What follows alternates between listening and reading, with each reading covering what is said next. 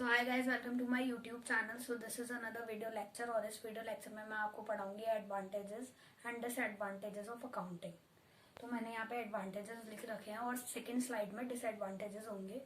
तो पहले जल्दी से मैं क्विकली अकाउंटिंग का मीनिंग फिर से रिपीट कर देती हूँ कि अकाउंटिंग का मीनिंग होता है हमारे फाइनेंशियल जितने भी ट्रांजेक्शन हैं उनको रिकॉर्ड करना। अब उसके एडवांटेजेस देख लेते हैं। पहला है financial information about business.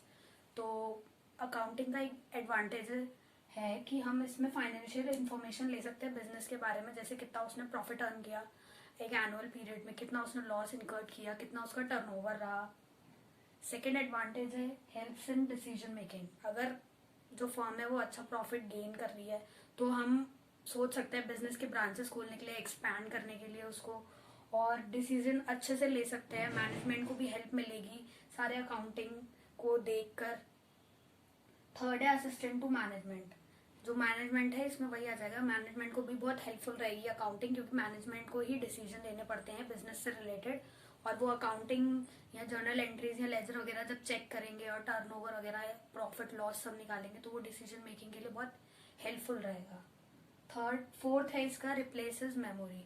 It is very important to record transaction, because हो सकता है आपने किसी को देने हो या लेने हो और आप लिखना ही आप भूल ही जाएं, तो अगर आपने वो सिस्टमैटिक रिकॉर्ड बनाया होगा डे टू डे का तो आपको रिमेम्बर रहेगा कि आपको कहाँ से कितना लेना है कितना देना है। तो ये अकाउंटिंग का एक एडवांटेज है कि आपकी मेमोरी बनी रहती है। अगर आप अकाउंट्स चेक करेंगे आपको किसको कितना देना है कितना लेना है सब आपको पता चल जाएगा। फिफ्थ है फैसिलिटेट कंपैरेटिव स्टडी। इसमें हम प्रीवियस ईयर के अपने टर्नओवर्स, प्रॉफिट, लॉसेस सब कंपेयर कर सकते हैं अकाउंटिंग में और फिर इफेक्टिवली वर्क कर सकते हैं for future growth and development. Sixth है एविडेंस इन कोर्ट। तो अगर हमारे पास सिस्टमैटिक रिकॉर्ड्स होंगे तो वेरी हेल्पफुल होंगे। अगर बाई चांस कोई कोर्ट में केस हो गया तो आप ट्रांजेक्शन दिखा सकते हैं, आपके डे टू डे के रिकॉर्ड्स होंगे तो एक अच्छा एविडेंस के रूप में भी आप अकाउंटिंग को यूज कर सकते हैं। इसका अगला है facilitate settlements for tax liabilities. तो जैसे कि प्रॉपर रिकॉर्ड्स बने होंगे कितना प्रॉफिट है कितना लॉस है, तो आपको इनकम टैक्स या फिर जीएसटी वगैरह सब कैलकुलेट करने में बहुत इजी रहेगा और इजीली आप उसको सेटलमेंट भी कर सकते हैं टैक्स लायबिलिटीज का। और इसका नेक्स्ट है फैसिलिटेट लोन्स। अगर आपकी फर्म है और अगर कोई बैंक आपको लोन दे रही है या कोई इंसान दे रहा है तो वो आपके अगर कहेगा कि रिकॉर्ड्स चेक करा दो, तो अगर आप प्रीवियसली प्रॉफिट गेन कर रहे हैं तो वो इजीली तैयार भी हो जाएगा आपको लोन देने के लिए, क्योंकि आप प्रॉफिट अर्न कर रहे हैं और आपने कहीं से चोरी वोरी भी नहीं की है, अपने मतलब फॉल्ट रिकॉर्ड्स नहीं दिखाए हैं, तो वो जल्दी राजी हो जाएगा आपको लोन देने के लिए, क्योंकि वो समझ जाएगा कि आप उसको रीपे भी बहुत जल्दी कर देंगे। तो ये सारे हैं एडवांटेजेस ऑफ अकाउंटिंग। तो नेक्स्ट स्लाइड में हम देखते हैं डिसएडवांटेजेस। तो चलिए तो देखते हैं आप डिसएडवांटेजेस अकाउंटिंग का। तो पहला डिसएडवांटेज है accounting is not fully exact. तो जो हमारी अकाउंटिंग होती है वो एग्जैक्ट नहीं होती, क्योंकि हम इसमें एस्टिमेशन करते हैं। हम प्रॉफिट एंड लॉस का एस्टिमेशन करते हैं कि हमें आगे जाके इतना हो सकता है प्रॉफिट या फिर इतना हो सकता है लॉस। और एक और एग्जांपल है, जैसे हम डेप्रिसिएशन लगाते हैं। डेप्रिसिएशन का मतलब होता है किसी भी फिक्स्ड एसेट की वैल्यू में डिक्रीज होना, क्योंकि वो आउटडेटेड हो जाती है, टेक्नोलॉजी आउट ऑफ फैशन चली जाती है, ट्रेंड चली जाती है, तो हम उस पर डेप्रिसिएशन लगाते हैं कि उसकी वैल्यू में डिक्रीज करते हैं कि इतना इतना उसमें डिक्रीज हो गया। फॉर एग्जाम्पल कोई हमने एसेट खरीदी है 5 लाख की और हम उस पर डेप्रिसिएशन मान के चल रहे हैं कि एनुअली हम उस पर 1-1 लाख का डेप्रिसिएशन लगा रहे हैं, तो 5 साल में तो उसकी वैल्यू कवर हो जाएगी। तो हमें नहीं पता ना कि उसमें 1 लाख का ही डेप्रिसिएशन लगेगा और 5 साल में जब उसकी वैल्यू डिक्रीज हो जाएगी, तो ऐसा भी नहीं मान सकते कि वो सिर्फ 5 साल तक ही वर्क करेगी, उसके बाद भी कर सकती है या उससे पहले ही करना बंद कर सकती है। तो ये अकाउंटिंग में सिर्फ हम एस्टिमेशंस लेके चलते हैं।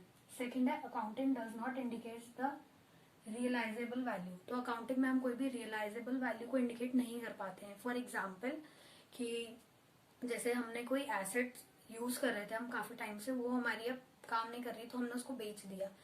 तो अगर अकाउंटिंग में अगर हम अपनी एसेट्स को सेल करते हैं तो वो हम बैलेंस शीट में नहीं लिखते हैं, क्योंकि इसलिए नहीं लिखते हैं क्योंकि हम जो भी एसेट्स है उनको परचेज करते हैं बिजनेस में लगाने के लिए, क्योंकि आगे हमारा प्रोडक्शन बढ़े, लेकिन हम कभी उसको सेल करने के लिए नहीं खरीदते हैं। तो कोई अगर वो है एसेट है और उसकी वैल्यू पे हमने डेप्रिसिएशन लगाया, उसकी वैल्यू 0 हो गई है, तो ये थोड़ी है कि हम उसको बैलेंस शीट में तो नहीं दिखाएंगे उसकी वैल्यू डेप्रिसिएशन लग के 0 हो गई है। तो अकाउंटिंग में ऐसा मानते हैं कि उसकी वैल्यू अगर 0 हो गई तो उसकी कोई वैल्यू नहीं बची, लेकिन वो रियलिस्टिक वर्ल्ड में वो हम स्क्रैप वैल्यू पे कुछ अमाउंट में बेच सकते हैं, बट जो जिसमें वो सेल होगी वो हम बैलेंस शीट में नहीं लिखेंगे। Accounting ignores qualitative aspects and elements. तो ये जो क्वालिटेटिव एस्पेक्ट्स है ये इनको बिल्कुल ही इग्नोर कर देता है, जैसे स्किल्स मैनेजमेंट की और इफेक्टिवनेस उनकी, ये सारे एस्पेक्ट्स को ये इग्नोर कर देता है, सिर्फ जो फाइनेंशियल टर्म्स होती हैं उनको ही रिकॉर्ड कर पाता है। Unrealistic information. तो कोई भी बिजनेसमैन अगर बिजनेस स्टार्ट करता है तो वो ये सोच के चलता है कि उसका बिजनेस कभी बंद ही नहीं होगा, वो अनफोर्सिएबल टाइम के लिए चलता रहेगा कंटिन्यूएशन में, बट ऐसा नहीं होता है। वो भी हम सिर्फ एस्टिमेशन ही लेके चलते हैं, बिजनेसेस भी बंद हो जाते हैं।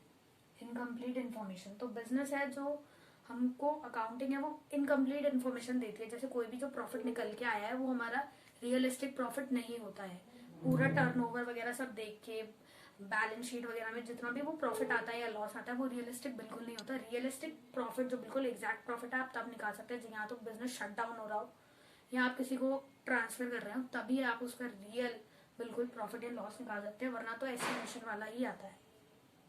और सिक्स्थ है अफेक्टेड बाय विंडो ड्रेसिंग। जो अकाउंटिंग होती है वो अफेक्ट होती है विंडो ड्रेसिंग से। विंडो ड्रेसिंग का मतलब होता है मैनिपुलेशन ऑफ अकाउंट्स। तो कोई भी जैसे बिजनेस, फॉर एग्जांपल कोई बिजनेसमैन है वो चाहता है कि उसकी बिजनेस जो भी उसका बिजनेस है वो बाहर मार्केट में अच्छा दिखे, कि ये दिखाए कि हम बस प्रॉफिट ही प्रॉफिट अर्न कर रहे हैं, तो वो फॉल्स स्टेटमेंट्स भी बना सकता है अपने अकाउंटिंग में, जो कि इसका एक डिसएडवांटेज है। तो अगर इस वीडियो को आप यहीं एंड करते हैं, और अगर आपको वीडियो अच्छी लगी हो तो प्लीज़ इसको लाइक करिएगा और आगे की वीडियोस देखने के लिए मेरे चैनल पर बने रहें। Thank you.